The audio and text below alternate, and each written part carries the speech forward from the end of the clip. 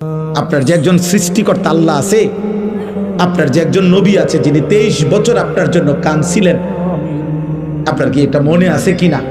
আপনার লগে আপনি একটু বুঝে নিয়ে, এতটুকু আবদার। আপনার তরিকা আপনার কাছে রাখেন, আপনার দল আপনার কাছে রাখেন, যার যেখানে আছেন ওইখানেই থাকেন, কোনো অসুবিধা নাই। কিন্তু আপনি শুধু বোঝাপড়া করে নিয়েন যে আমার আল্লাহ আমার কাছে কিছু চায় কিনা। আমার নবী সাল্লাল্লাহু আলাইহি সাল্লাম 23 বছরের চোখের পানির বিনিময়ে আজ 60 বছর বয়স, আপনি আজও বিড়ি সিগারেট খান, এই আপনার নবীর পাওয়া ছিল আপনার কাছে? আজকে 60 বছর বয়সেও আপনি টেলিভিশনে নাচ গান দেখেন, এই আপনার নবীর 23 বছরের চোখের পানির বিনিময়। 30 বছর ধরে সুদ খান, এটাই তায়েফের রক্তের বিনিময়।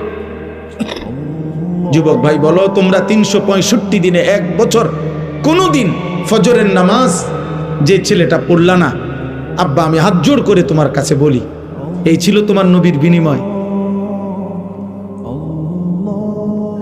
নবী সাল্লাল্লাহু আলাইহি ওয়াসাল্লামের 23 বছরের বদলা দিলা এভাবে, এই ভালোবাসার বদলা, এটা ইনসাফ? বলেন আব্বা, বলেন। আহা, হায় মালিক। নবীজি সাল্লাল্লাহু আলাইহি সাল্লাম, আমরা উর্দু কিতাবে পড়ছি, অসংখ্য উম্মতের আমলনামা দেখে কিয়ামতের দিন নবীজি কাঁদবে। আরে ভাইয়া, সুপারিশ তো এমনি এমনি করবে না, সুপারিশের তো নিয়ম কানুন আছে। আল্লাহ নবী সাল্লাল্লাহু আলাইহি সাল্লাম সুপারিশ করবে তো তার জন্য কোনো ফাইল জমা দিতে হবে না?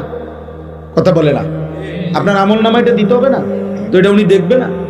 কোনো কথা নাই, বার্তি নাই, কোনো কাগজ কলম নাই, কোনো দেখাশোনা নাই, এমনি আপনাদের জান্নাতে ঢুকাই দিব। হ্যাঁ, আমরা মামুর বাড়ি মনে করছে।